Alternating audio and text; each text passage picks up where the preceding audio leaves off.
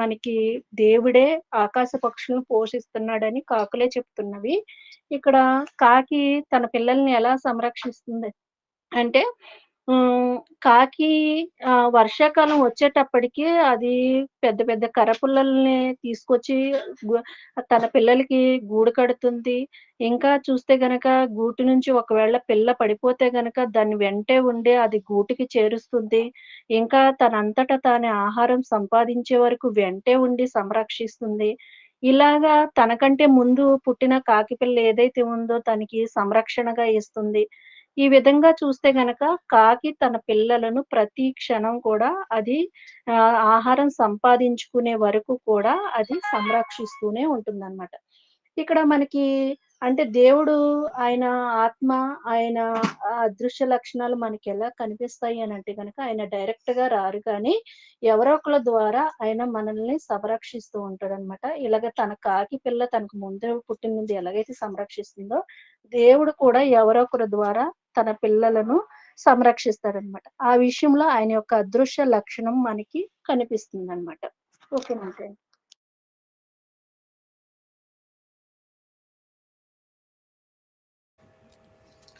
Right. Okay అమ్మా, మంచిది. ఇక్కడ చక్కగా మరి ఏవైతే సందర్భాలు మన ప్రియుల చేత అందించబడ్డాయో దీంట్లో ముందుగా మనం తెలియజేసాము అదేంటి అని అంటే దేవుడు పోషకుడు అనే ఒక ఎలిమెంట్ని ఆయన దగ్గర మనం నేర్చుకోవటానికి మనుషులను పోషిస్తున్నాడు. జంతువుల గురించి చెప్పబడిన తర్వాత దేవుడు ఆ పోషణ యొక్క విధానంలో కేవలం జంతువుల్ని పోషిస్తున్నాడా కాదు, మనుషులను కూడా పోషిస్తున్నాడు. మనుషులని ఎలా పోషిస్తున్నాడు అని అంటే ఆదికాండంలో మనం చూసినట్లుగా 6 రోజుల సృష్టి కార్యక్రమం జరిగేటప్పుడు చివరిలో వచ్చిన ఆయనే మానవుడు. ఈ మానవుడు ఎవరైతే ఉన్నాడో ఆయన కోసం ఈ చక్కటి జీవరాశులు కానీ తర్వాత అక్కడ చెట్లు కానీ అన్నీ ఆయన కలుగజేసిన ఆహార పదార్థాలుగా ఉన్నవి అన్నీ కూడా ఆ రోజున ఏమయ్యాయి అని అంటే మానవునికి పోషణగా చేశాడు. అన్ని చేస్తే కానీ అవ్వదు. మనిషికి అన్ని కావాలి, అందుకనే సృష్టి అంతా చేసి అందించాడు. ఇక చక్కటి రెండో వ్యవహారం ఏంటంటే ఆయన కేవలం మనుషులను మాత్రమే కాదు, జంతువులతో సహా అన్నింటినీ కూడా పోషిస్తున్నాడు. పోషణ జరుగుతుంది. మరి జంతువులు, జీవరాశులు, ఆకాశ పక్షులు ఇన్ని రకాలుగా పోషించాడు. సాధ్యమైతే ఇప్పటి వరకు జంతువుల విషయంలో పోషణ ఎలాగన్నది, ఎలా పోషిస్తున్నాడు అని భిన్నమైనవి రాశారు కదా. సాధ్యమైతే మనుషులు కూడా ఎలా పోషిస్తున్నాడో రాయగలిగే ప్రయత్నం ఉంటే రాయండి. ఇక ఈవేళ మరొక దేవుడు ఇంతకుముందు మరి క్లారిటీ లేని సందర్భం ఏదైతే ఉందో ఆ క్లారిటీని ఇచ్చే ప్రయత్నం చేస్తాం. పోషకుడు, సంరక్షకుడు అంటే సంరక్షణ, కేర్ టేకర్. ఇదేంటి కేర్ టేకర్ ఏంటి అంటే ఇక్కడ దేవుడు నేను ఇచ్చేసాను, తింటే తినండి, తినకపోతే మానేయండి, నాకు సంబంధం లేదు అని దులిపేసుకునే తత్వం కలిగిన వాడు కాదు. అంటే నేను ఇచ్చాను, మీరు తినలేదు, దానికి నన్ను ఏం చేయమంటారు అనే ధోరణి చాలా మందిలో ఉంటుంది. అలా కాదు. అలా ఆ విధానం కాదు. అది కాదు. అది కరెక్ట్ కాదు. కనుక ఆ విధానంలో ఉన్న దాన్ని కాదు. ఆయన ఇప్పుడు తల్లి చిన్నప్పుడు ఆకలేస్తుందనుకోండి, పాలు పట్టిస్తారు. మరి అడిగిందా? అడగలేదు కదా! ఆ ఏడుపే పిల్ల పిల్లాడు ఏడుస్తున్నాడు. కారణం ఏంటంటే ఆకలికి. మరి నీకు చెప్పలేదు, నీకు రాయలేదు, నీకు ఆ భాష రాదు కదా! అయినా సరే ఆ ఆ హృదయాన్ని గుర్తుపట్టి తల్లి చక్కటి పాలందించే ప్రయత్నం, ఆహారాన్ని పెట్టే ప్రయత్నం చేస్తది. దేవుడు కూడా నువ్వు అడిగితేనే ఇచ్చాడు కాదు. మనలో చాలామంది ఏంటంటే మేము సంపాదించాం, మేము కష్టపడ్డాం, అందుకనే మేము తినగలుగుతున్నాం అనే ధోరణి చాలా మందిలో ఉంటది. ఓకే. మీరు కష్టపడ్డారు కాదనట్లేదు. కానీ మరి నువ్వు కష్టపడక ముందే నీకు ఆహారం కావాలి అని ఆయన ఆలోచన చేశాడు. ఆయన ఆలోచన చేశాడు. ఆయన ఆలోచన చేసి మనకి ఏమేం కావాలో ఆయనే మనకు పోషిస్తున్నాడు, సంరక్షిస్తున్నాడు. పోషించటమే కాదు, సంరక్షణ. సంరక్షణ అంటే మరి ఈ విషయం కొంచెం చిన్న కాంప్లికేటెడ్‌గా ఉంటది. దీనికి దానికి వ్యత్యాసం ఉంది. ఆ వ్యత్యాసం మనకు అర్థం కావాలి అనంటే ఒక సందర్భాన్ని మీకు గుర్తు చేయటానికి ప్రయత్నం చేస్తాను. సాధ్యమైతే ముందుకెళ్ళే జాగ్రత్తగా ఆలోచన చేసే ప్రయత్నం చేయండి. అదేంటి అనంటే మనందరికీ తెలుసు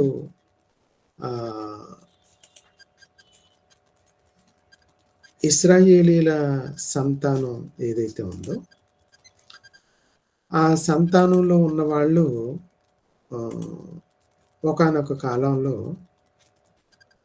బాగా అంటే ఇశ్రాయేలీయుడిగా యాకోబు ఉన్న కాలంలోనే కరువు వచ్చిన సందర్భాలు ఉంది. కరువు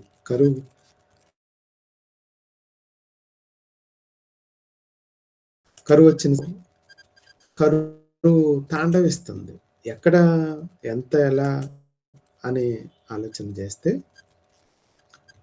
కరువు ఎక్కడ వచ్చింది అని అంటే మనందరికీ తెలుసు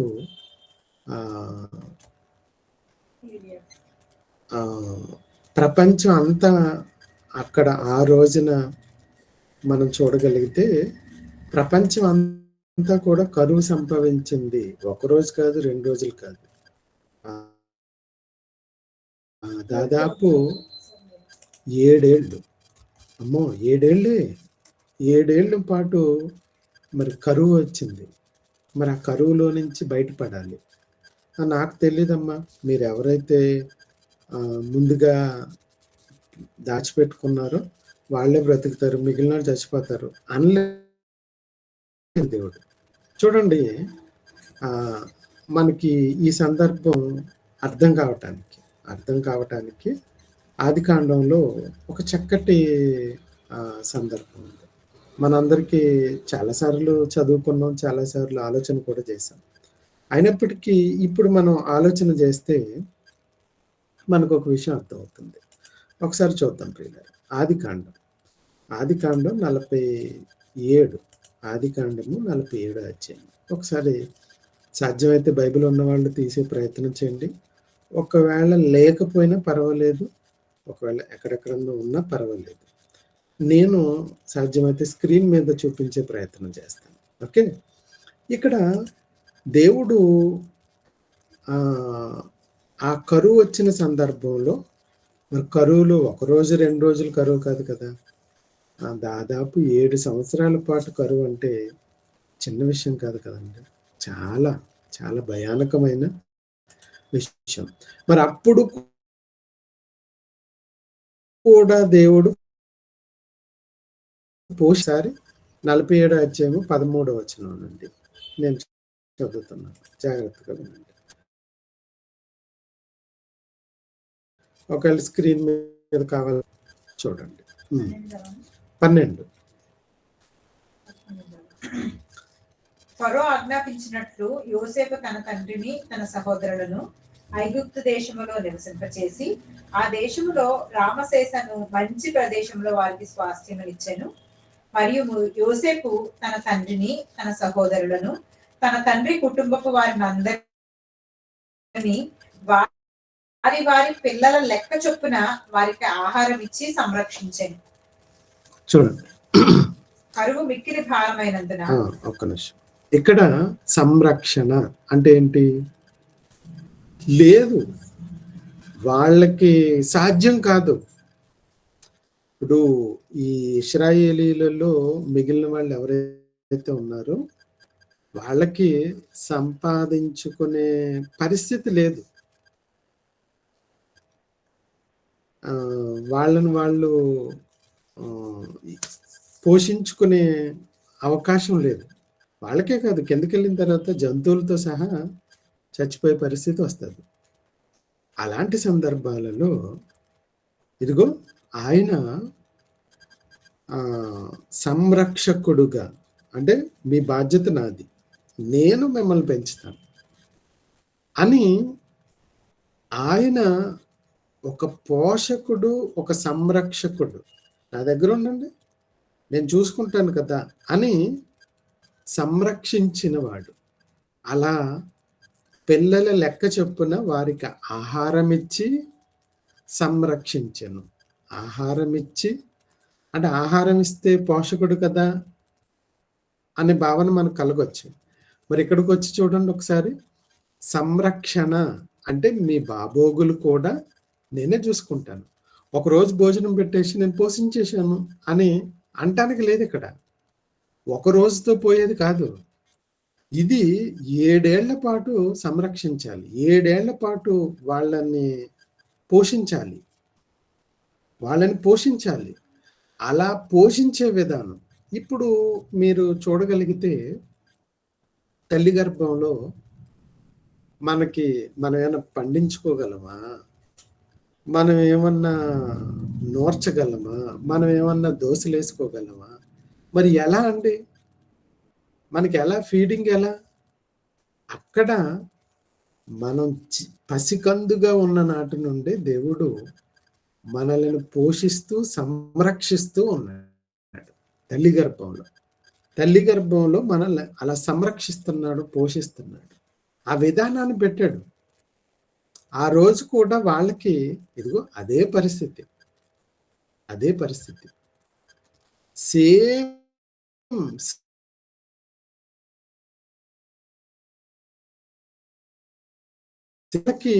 మరి అలా సంరక్షించటం, పోషించటం అనేది ఆయన తీసుకున్నాడు. ఆయన తీసుకోవటం ద్వారానే జరిగింది. అలా మరి చెయ్యకపోతే చచ్చిపోతారు. అక్కడ సమాజంలో ఉన్న వాళ్ళందరూ కరువు వచ్చి చచ్చిపోయే పరిస్థితి వచ్చింది. ఆ టైంలో ఇదిగో ఈయన ఎవరు? యోసేపు ఒక దేవుడు ఎలా అయితే ఒక పాత్రగా, ఒక చక్కటి సంరక్షకుడిగా మానవ జాతికి అందరికీ ఎలా అయితే చక్కటి విధానాన్ని చూపించాడో, ఈయన కూడా అక్కడ కిందకు వచ్చేటప్పటికి అంటాడు చూడండి, జంతువులను, మీ జంతువులైనా పర్వాలేదు తీసుకొచ్చేసుకోండి, మిమ్మల్ని మీ పిల్లల్ని నేను పోషిస్తాను. చూడండి ఆ వచనం ఎక్కడుంది? 16వ వచనం. అందుకు యోసేపు, మీ పశువులను ఇయ్యండి, ద్రవ్యం అయిపోయిన ఎడల మీ పశువులకు ప్రతిగా నేను మీకు ధాన్యం ఇచ్చేదను. మీ పశువులను కూడా నేనే చూస్తాను. మీ పశువులకు దాణా కూడా నేనే పెడతాను.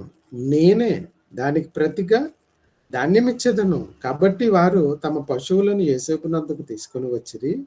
యోసేపు గుర్రములను, గొర్రెల మందలను, పశువుల మందలను, గాడిద మందలను తీసుకొని వారికి ఆహారం ఇచ్చాను.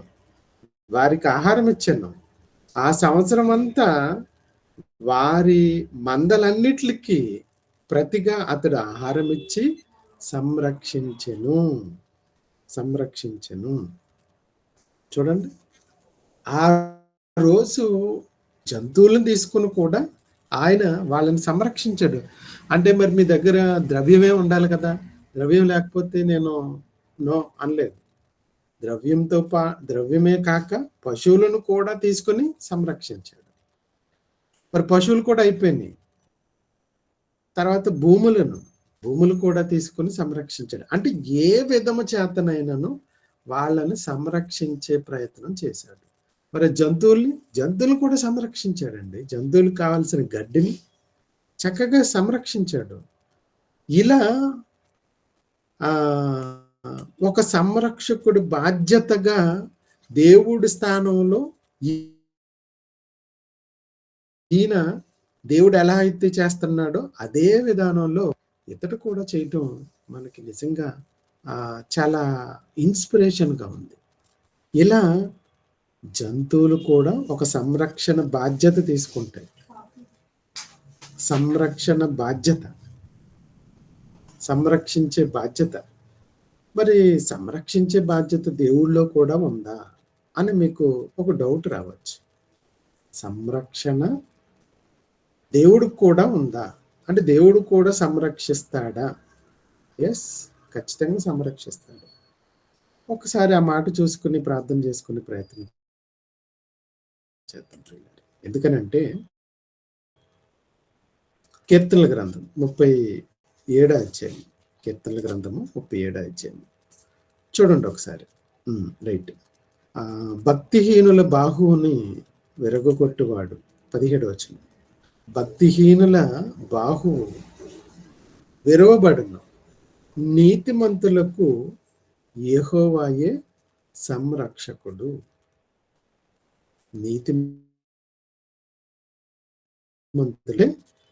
నీతిమంతులు ఎవరైతే ఉంటారో వాళ్ళ పూర్తి బాధ్యత తండ్రిగా ఆయనే తీసుకుంటాడు. అంటే దేవుణ్ణి మనం ఎలా పరిచయం చేయాలి, ఎలా తెలియచెప్పాలి అని అంటే, ఇదిగో ఆయన పోషకుడుగా ఉన్నాడు, ఆయన సంరక్షకుడుగా ఉన్నాడు.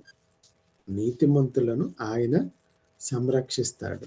ఆ రోజు వారందరినీ, ఇశ్రాయేలీల కుటుంబంలో ఉన్న వారిని, ఐగుప్తులో ఉన్న వారిని సంరక్షించి కాపాడింది ఇదిగో దేవుడే.